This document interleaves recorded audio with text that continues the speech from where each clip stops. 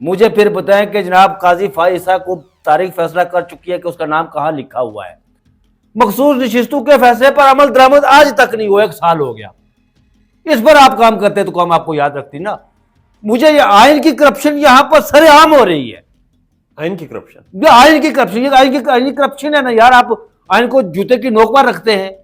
अगर इस मुल्क पर आइन और कानून की सुपरमेसी नहीं है, उस पर अमल दरामद नहीं होना फैसलों पर, तो मेरी अदालत को बारूद से उड़ा दिया जाए। काजी फाइज यहाँ पर जो सुप्रीम कोर्ट ऑफ पाकिस्तान में चीफ जस्टिस नहीं थे, वो यहाँ पर नून लीग और पीपल्स पार्टी के वासराय थे। नहीं वासराय नहीं, कारकुन की सीट से बैठे हुए थे और एस्टेब्लिशमेंट के नामिंदे।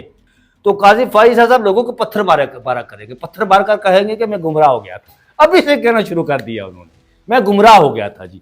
अब ये लोगों को चीख चीख कर बताया करेंगे कि मैं गुमराह हो गया था, मैं किसी के दबाव में आ गया था, मैं मोरा बना रहा।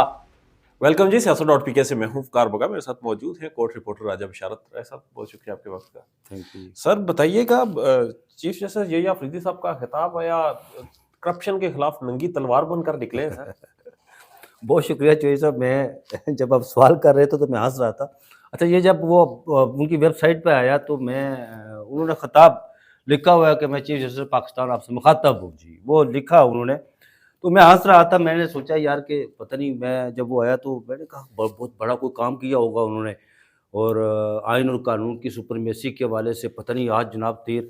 और मैंने पढ़ा तो उसमें लिखा जी कि एक व्हाट्सअप नंबर दिया जी, और उसमें कहा जी कि अगर कोई यहाँ पर सुप्रीम कोर्ट ऑफ पाकिस्तान में कोई केस जल्दी लगवाने के हवाले से या कोई फाइल दायर करने के हवाले से, नंबर लगवाने के हवाले से अगर कोई करप्शन कर रहा हो, कोई पैसे किसी से मांग रहा हो, तो ये व्हाट्सअप नंबर है जी, और इस नंबर पर आप हमसे रब्ता करें और आप उसके खिलाफ तादीबी कार्रवाई करेंगे। ये आपको पता है कि इस्लामाबाद हाई कोर्ट में कुछ दिन पहले ये मामला हुआ था कि वहाँ पर जैसे सरफराज डोगर साहब का, जो ज़ाहिर है वो लोग आए थे लाहौर से यहाँ पर, तो जैसे सरफराज डोगर साहब लाहौर रजिस्ट्री में कभी हेड ऑफिस में बैठे ही नहीं, वो मुल्तान और बावलपुर रजिस्ट्री में बैठते रहे, वहाँ पर उनके साथ जाते रहे, तो उनका अमला शमला वो ड्राइवर शेवर, तो वो इसी तरह के मामला थे। मिठाई के नाम पर वो पैसे लेते थे, ये बात पक्की बात है मिठाई के, और वो उनकी आदत थी डली हुई। तो यहाँ पर भी आ गए तो उन्होंने कहा कि इस्लामाबाद हाई कोर्ट में ये मिठाई के नाम पर पैसे, तो हमारे चीफ जस्टिस पाकिस्तान ने समझा कि शायद यहाँ पे कोई करप्शन।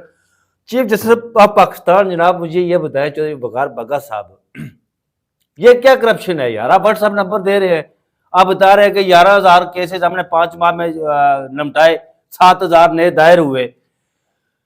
कौम को ये बताते आप कौम को ये बताते, इस पर अमल करते, आप बताते कि हम जनाब इस सुप्रीम कोर्ट ऑफ पाकिस्तान के दिए गए फैसलों पर अमल दरामद नहीं हो रहा, उस पर आप स्टैंड लेते तो कौम आपको याद रखती। मुझे ये बताएं कि जस्टिस कार्नेलिस को कौम ने क्यों याद रखा हुआ है? जस्टिस एस ए रहमान को कौम ने क्यों याद रखा हुआ है? जस्टिस दराब पटेल को कौम ने क्यों याद रखा हुआ है? काजी मुनीर को कौम ने क्यों याद रखा हुआ है तारीख के स्याह राख में? मुझे फिर बताएं कि जनाब काजी फाइसा को तारीख फैसला कर चुकी है कि उसका नाम कहां लिखा हुआ है। मौलवी मुश्ताक को कहां तारीख रखा हुआ है? स्याह राख में रखा हुआ है। ये Dorab Patel, justice Cornelius, justice S A Rahman, ये जस्टिस अमूदुर रहमान, ये उनके फैसलों की वजह से ना। यहाँ पर आपको कहते हैं जनाब justice Munib Akhtar, justice Mansoor Shah, at that time practice and procedure act जो था वो वैलिडिटी थी। 26वीं आईनी तरमीम जैसे ही आई तो हजूर इनको कहा गया, जब चीफ जस्टिस बने तो उन्होंने कहा गया कि हजूर आप इस पर फुल कोर्ट के सामने इसको लगा दें। 2 रुकनी बेंच ने कहा, 2 रुकनी कमेटी ने कहा ना, मेंबर 2 थे ना, अक्सरियत मेजॉरिटी थी ना, उन्होंने उसको नहीं लगाया जनाब फुल बेंच के सामने, इसलिए कि इनको अपनी मुराद जाने का खौफ था, इसलिए कि इनको जो V8 मिली हुई है, गाड़ियां मिली हुई हैं, ऊटर शूटर और 40-50 लोगों का वो पुलिस का दस्ता मिला हुआ है, और जेमर शेमर साथ मिले हुए हैं, और पूरा एक लाओ लश्कर मिला हुआ है, वो जाने का खौफ। 26वीं आईनी तरमीम के बेनिफिशियरी आप इस बार काम करते, कौम आपको याद रखती ना। मखसूस नशिस्तों के फैसले पर अमल दरामद आज तक नहीं हुआ, 1 साल हो गया। इस पर आप काम करते तो कौम आपको याद रखती ना। मुझे ये आइन की करप्शन यहां पर सरेआम हो रही है। आइन की करप्शन, ये आइन की करप्शन है ना यार। आप आइन को जूते की नोक पर रखते हैं।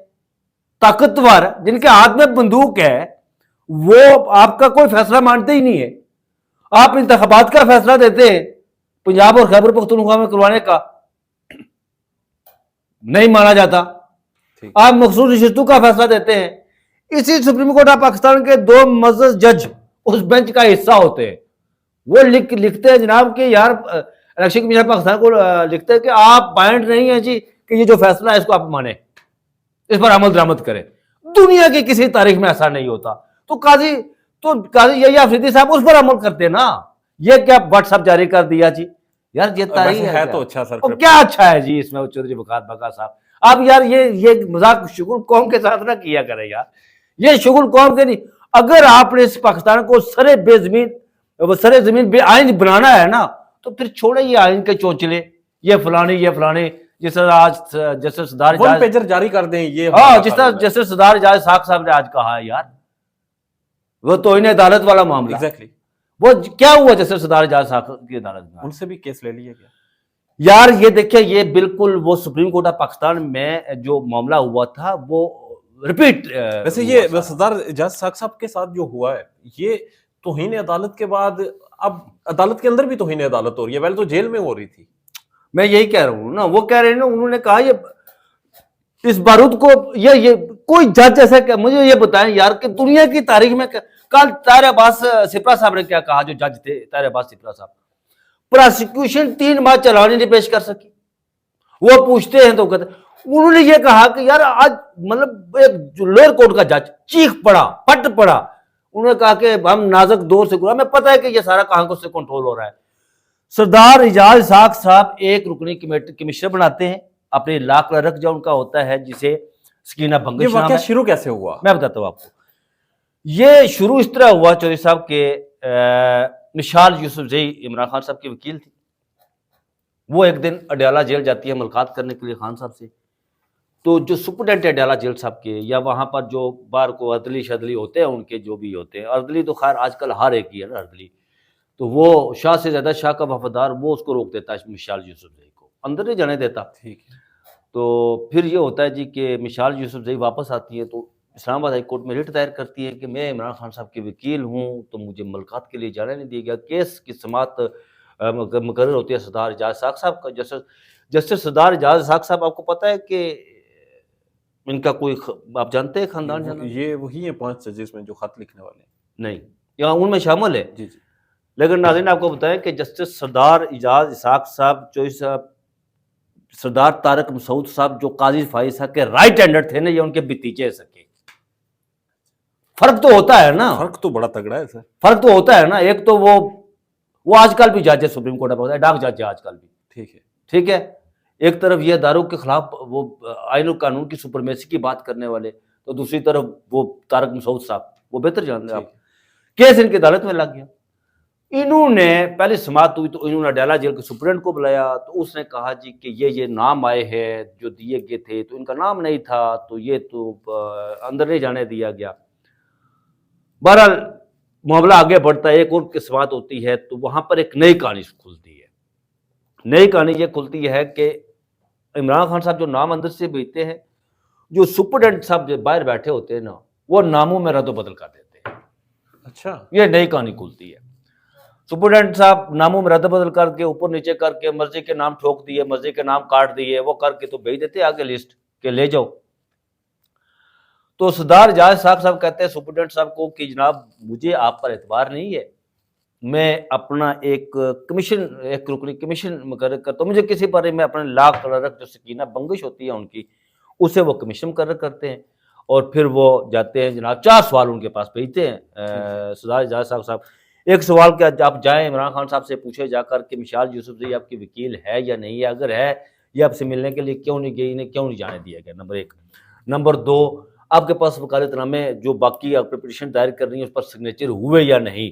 नंबर 3, जेल मैनुअल के मुताबिक ये आपको अपनी बेगम से जो जेल मैनुअल के मुताबिक 72 घंटे मियाँ बीवी इकट्ठे रह सकते हैं। ये कोई ये बात नहीं है कि वो खान साहब को कोई भी कहती हो, ठीक है, ये इकट्ठे रहते हैं या नहीं है। ये 3-4 सवाल थे बिना पर।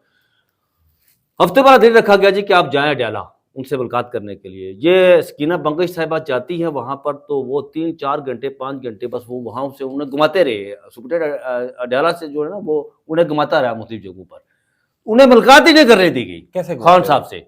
बातों से घुमाते रहे या जेल से कर घुमाते रहे? बातों दफ्तर में बिठा दिया, बातों में घुमाते रहे, आप बैठे जी बस ये कर रहे हैं वो कर रहे हैं, इस तरह उन्होंने उसे पूरी उंगली पर खिलाया ना जी सकीना बंगश मोहतरमा को, जो ऑफिसर को जेल सुपरटेंडेंट उंगली हाँ जेल सुपरटेंडेंट उंगली पर खिलाता है उन्हें।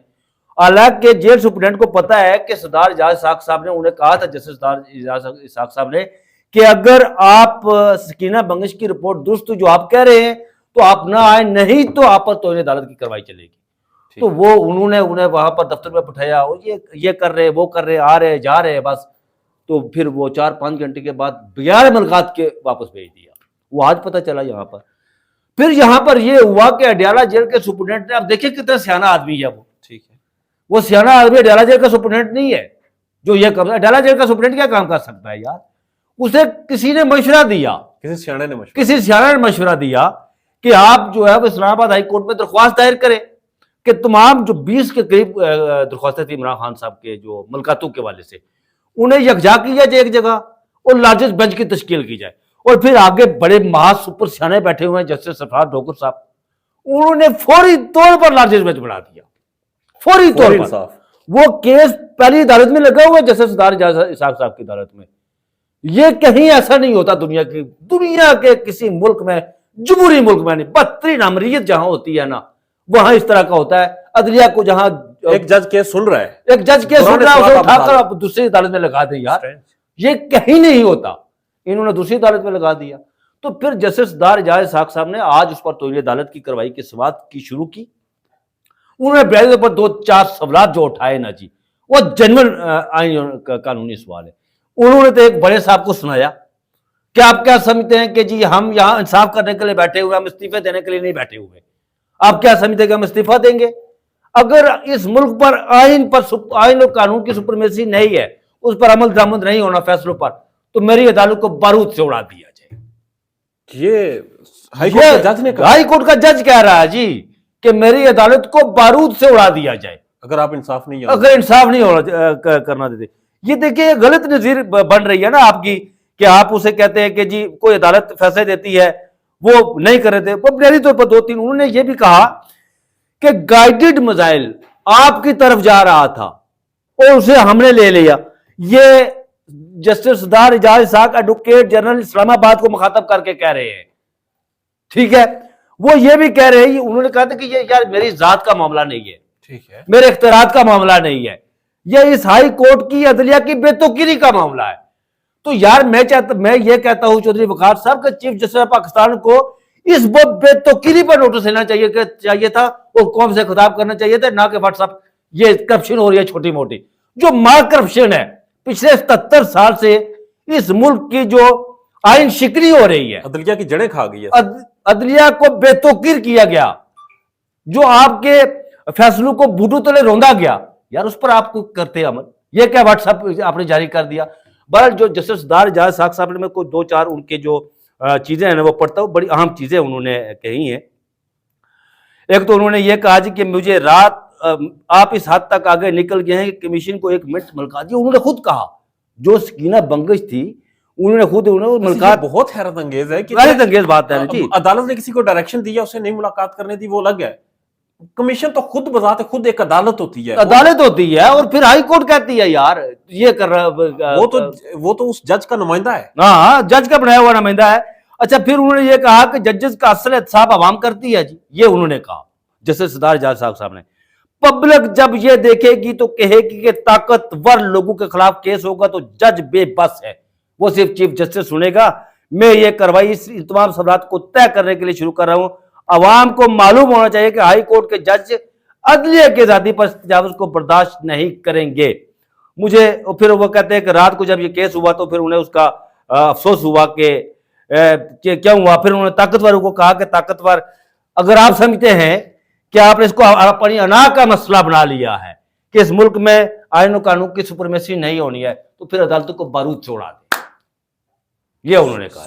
बहरहाल सर, जब एक चीज मुझे समझाते हैं, आप चूंकि अदालतों में रहते हैं, बड़े अच्छे हम्बल वकील होते हैं, वो जज बनते हैं, जज बनने के बाद थोड़ा बहुत चलता है, जैसे वो चीफ जस्टिस बनते हैं तो वो काजी फाइज ईसा बन जाते हैं, वो यही आफरीदी बन जाते हैं। अच्छा, काजी फाइज ईसा से मुझे याद आया, हाँ यही आफरीदी बन जाते हैं काजी। मैं कहता हूँ कि बार बार काजी फाइज ईसा यहाँ पर जो सुप्रीम कोर्ट ऑफ पाकिस्तान में चीफ जस्टिस नहीं थे, वो यहाँ पर नून लीग और पीपल्स पार्टी के वासराय थे? नहीं वासराय नहीं, कारकुन के सीट से बैठे हुए थे और एस्टेब्लिशमेंट के नामिंदे, एस्टेब्लिशमेंट के वासराय आप कह सकते हैं, एस्टेब्लिशमेंट के वासराय आप कह सकते हैं।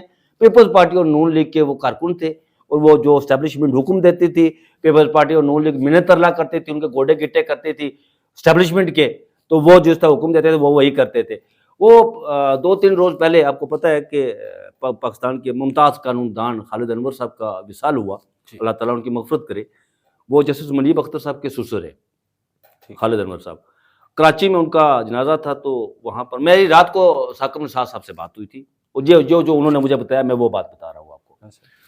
तो काजी फाइज साहब वहाँ जनाजे पर गए, ज़रा ये प्रैक्टिस करते रहे कराची, काजी फाइज साहब और खालिद अनवर साहब भी कराची प्रैक्टिस करते रहे, और वज़ीर कानून भी रहे नवाज शरीफ साहब के दौर में, बड़ा नाम था उनका कानून की दुनिया में।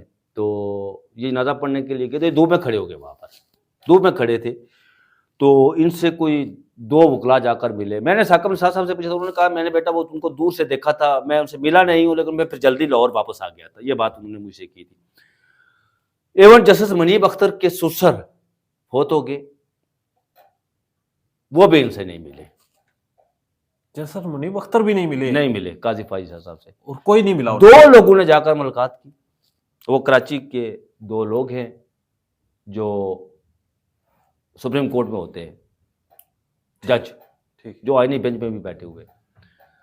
इन्होंने उनसे कहा कि मैं कुछ वक्त के लिए गुमराह हो गया था। ये फाइज साहब ने कहा, ये फाइज साहब ने कहा मैं कुछ वक्त के लिए गुमराह हो गया था, और फिर अब मैंने आपने पूरी कौम को ही सारा कुछ किया। जब आपके हाथ में होता है मौका तो वही होता है सर। आपने पाकिस्तान का अभी आप मान रहे हैं मैं कुछ वक्त के लिए गुमराह हो गया, तो आप पाकिस्तान का बेड़ा गर्क करके उसके पाताल में डालकर तो कह रहे हैं कि गुमराह हो गया था। यार आपने क्या पछताना हुआ जी? इस पछताने को क्या कहते हैं यार आप? ये पछता क्यों रहे? मैं गुमराह हो गया था जी, और जो मैंने अब काजी साहब, वो मैं एक बात बताता हूँ, काजी मनीर साहब जब उन्होंने फैसला दिया था, एक ना बड़ा मशहूर फैसला, वो बोली तमीजुद्दीन केस का ना, बाद में सारी उम्र वो किताबें लिखते रहे कि मैंने बड़ा गलत किया, ये किया वो किया, मुझे नहीं करना चाहिए था, वो वजाते देते रहे। तो काजी फाइज साहब लोगों को पत्थर मारा करेंगे, पत्थर मार कर कहेंगे कि मैं गुमराह हो गया था। अभी से कहना शुरू कर दिया उन्होंने, मैं गुमराह हो गया था जी। अब ये लोगों को चीख चीख कर बताया करेंगे कि मैं गुमराह हो गया था, मैं किसी के दबाव में आ गया था, मैं मोरा बना रहा, मैं सारा कुछ करता रहा, लेकिन मुल्क की तो तबाही निकल गई है ना, बर्बादी तो निकल गई है ना, अब क्या पछताना जनाब, क्या कहना। तो ये तो इबरतनाक है जो आप बता, यही है जो अभी हमारे चीफ जस्टिस साहब है ना, काजी यही आफरीदी साहब, ये भी उन्हीं, ये तो 10 कदम से आगे है खान साहब है।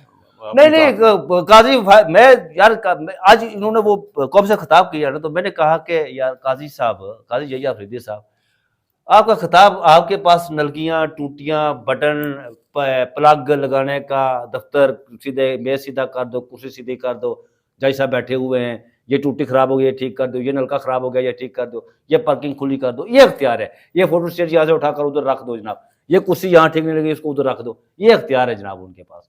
तो फिर इस तरह के नोटिस निकालना, जब अख्तियार था कुछ नहीं किया आपने, जब आपके पास है ही कुछ, तो ये नोटिस कौम के माथे पर यार लिखा हुआ है।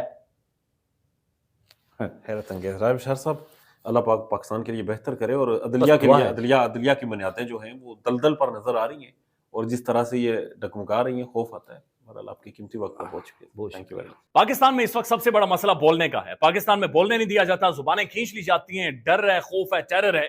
पाकिस्तान का मीडिया मुकम्मल तौर पर कंट्रोल्ड है, वेल मैनेज्ड है, एक मैसिव सेंसरशिप है। इसी तरह का दबाव पाकिस्तान में siyaset.pk भी फेस कर रहा है, जिसे पाकिस्तान भर में गुज़श्ता कई महीनों से मावरा आइन, मावरा कवानीन मुकम्मल तौर पर बंद कर दिया गया है, मुकम्मल तौर पर बैन कर दिया गया है। siyaset.pk की नशरियात को लिमिटेड करके पाकिस्तान में छोड़ दिया गया है। तमाम तर कानूनी मुआवजे के ऊपर आवाज उठाई गई, दस्तक दी गई, लेकिन हर तरफ से खामोशी है, सन्नाटा है, कहीं पर कोई सुनवाई नहीं है, कोई सुनने को तैयार नहीं है। लेकिन इसका हल क्या है? क्या खामोश हो जाएं? क्या सवाल ना करें? क्या मालूमात आप तक ना पहुंचाएं? क्या इंफॉर्मेशन आप तक ना पहुंचाएं? मालूमात भी पहुंचेगी, इंफॉर्मेशन भी पहुंचेगी, सवालात भी उठेंगे, लेकिन अब आपने रोल प्ले करना है, आपने अपना किरदार अदा करना है। और छोटा सा एक प्रोसीजर है, प्रोसेस है, उसके बाद आप अपना किरदार अदा करें और हमारी मदद करें। पहले आपने यह करना है कि हमारे यूट्यूब चैनल को सब्सक्राइब करना है, उसके बाद ज्वाइन के बटन के ऊपर जाना है, क्लिक करके हमारा मेंबर बनना है। या फिर दूसरा ऑप्शन यह है कि आपने वीडियो की डिस्क्रिप्शन में जाना है, वहां पर पैट्रियन का लिंक मौजूद होगा, उस लिंक के ऊपर क्लिक करें और हमें सपोर्ट करें, हमारा हिस्सा बने, हमारी ताकत बने।